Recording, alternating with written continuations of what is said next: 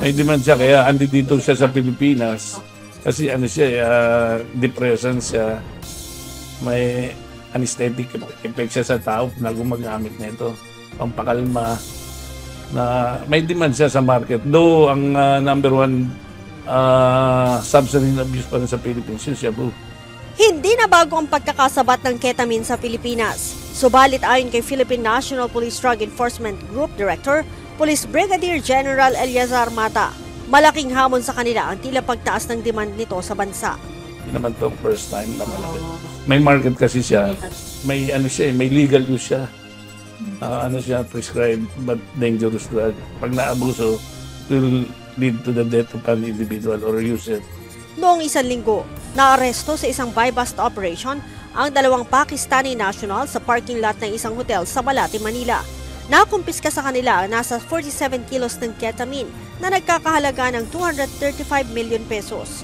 Sinabi ni Brigadier General Mata na posibleng mga kabataan ang parokyano ng ketamine sa bansa. Sa public, makakabili ka, di ba, prescribe, mga beyond that limit, parang 15 milliliter ng dosage, illegal na siya kasi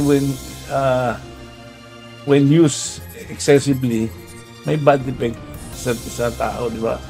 And will cause death ng tao. Yun ang bad effect. Alam mo, yung mga youth ngayon is very adventurous, di ba? All kind of drugs are being tested by them, di ba? And andyan yan sa market.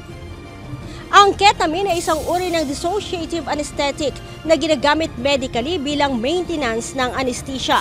Maaari din itong gamot sa pain at depresyon, ngunit lubhang delikado kapag napasobra. Bukod sa dalawang naarestong suspect, kinumpirma ni Brigadier General Mata na mayroon pa silang mga pinaghahanap.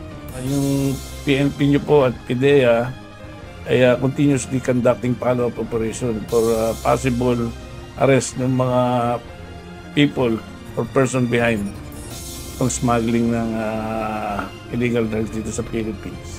Yeah, meron yan kasi sila parang second-hand, ano lang sila, supplier. They transact to the locals. Yung mga first-hand supplier, hindi na halos makipag-usap sa atin yan, di ba? Ganun ang modus yan. May hahanap sila ng second-hand. Ang dalawang Pakistani ay nasampahan na ng reklamong paglabag sa Section 5 at Section 26 ng Republic Act 9165 o Comprehensive Dangerous Drugs Act of 2002. Leia Ilagan, UNTV, News and Rescue. Diyos ang aming sandigan, serbisyo publiko ang aming pinahahalagahan.